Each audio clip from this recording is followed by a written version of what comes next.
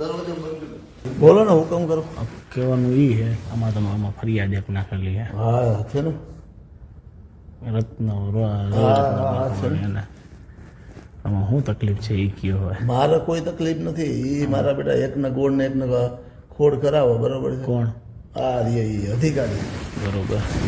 એમાં સમજો તમે અધિકારી હોય યાર અમે પીલાઈ જાય ને એમાં એવું કહેવાનો મતલબ હું એ તમને ઓળખું છું.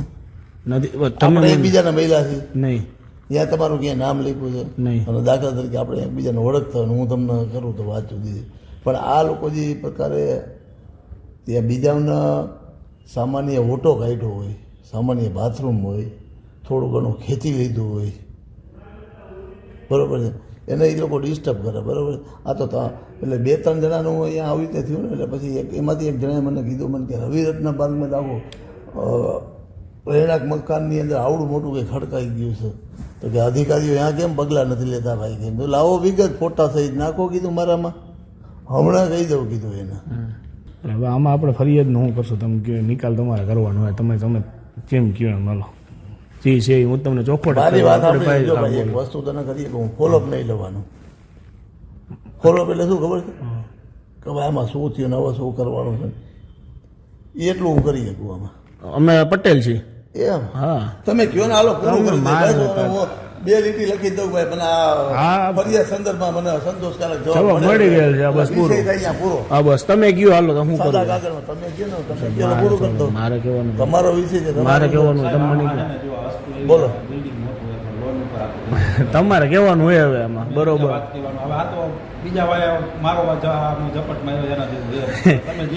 તમે કયો એમ સાહેબ. મારી વાત જો મારી પાસે તો એક ભાઈની મકાન બનાવતો ને ફરિયાદ આવી. હું તો કોઈ રવિરત્ન પાર્કમાં કોઈ ગયો નથી. મારે કંઈ કામ નહીં હોય ત્યાં રોડ ઉપર રાજકોટમાં શું હાલતું મને ખબર હોય.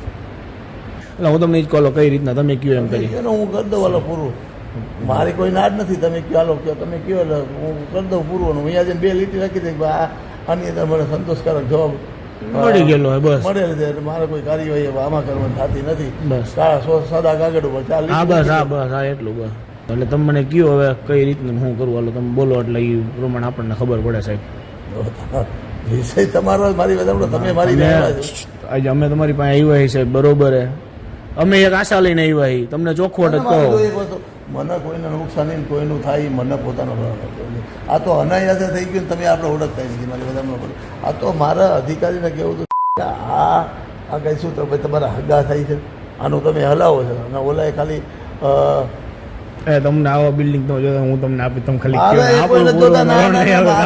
તમારે ફરિયાદ એમ ને એટલે તમારે ફરિયાદની વસ્તુ એક બીજાનો પબ્લિકના પ્રશ્નની વાત હોય તો મને કહેવાનો. હવે આપણે અનિલભાઈ શું કરવાનું કયો ને એટલે કામ પૂરું થયેલો. તમને શું તમે કયો ફાઇનલ કરતો તમે કયો અને મારા 2 લીટી આ તો હું કોઈ લખીને ના વાત તમારી કહી દઉં તો સાચું હે. આ ઊભું રે લખેલું કારણ કે કાલે મારે હમણાં ચૂંટણી લડવાની બરોબર છે. હમણાં 2 મહિના પછી હું ચૂંટણી લડું છું. કાલે મારે ઊભું રહી ક્યાં 9 માંથી લડો કે? ના યાર 9 માંથી મારા ગામ વિસ્તારમાં વાળા હામો કાઠવા. અચ્છા રણછોડનગર બાજુ. હા ના આ બધું 4 નંબરમાં બરોબર. તમે શું કયો તમે કયો હાલો તમે કયો ને ભાઈ તું બોલી જાય તારા મોઢે જો મને યોગ્ય લાગશે તો આપણે ફાઇનલ કરશું. તમારી ભાઈ હું નો આમાં બોલીએ મારી વાત જો મારી વાત તમે આ પ્રકારના કામ કરતા હો બરોબર અધિકારીઓ તમે સેટિંગ કરતા ન હોય એ હું તમને ચોખવટ કરી દઉં. તમે હું પહેલી વાર ભેગા થઈએ અરવિંદભાઈ બરોબર અનિલભાઈ બરોબર હે અને વસ્તુ એ કે બિલ્ડિંગ વાપરવા બનાવ્યું અમે વેચવા નથી બનાવ્યું. નકર હાલો એમ થાય કે હાલો વેચવા બનાવ્યું. અરે ભાઈ તમે ક્યાં પ્રપતિ બનાવ્યું હું એમાં પડવા માંગતો નથી. તમે રહેવા માટે બનાવો ગોડાઉન માટે બનાવો એ મારો વિષય નથી. મારી વાત સાંભળો એ વિષય તમારો છે.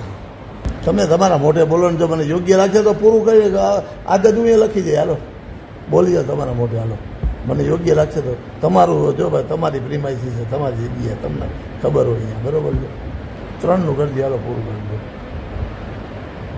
3 લાખ.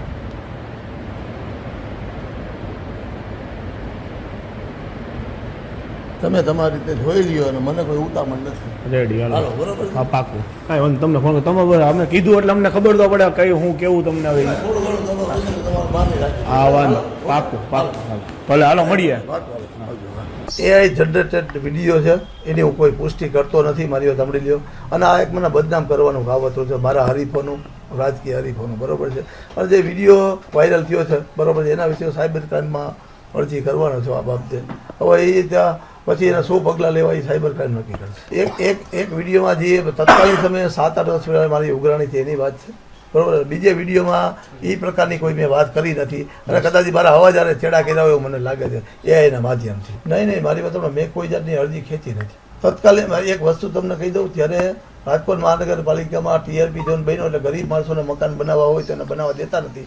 આજે રવિ રત્ન પાર્કની જે મકાનની વાત આવે છે, મારી વાત રેસિડન્સ ઝોનની અંદર કોમર્શિયલ બાંધકામ કરેલું હોય અને ત્યાં એક અમારા સમાજના બેન હતા, એનું મકાન બનતું હતું, બરોબર છે. એને એ લોકોએ બંધ કરાવ્યું અને આ ભાઈનું મકાન ત્યાં સતત ચાલુ જ હતું.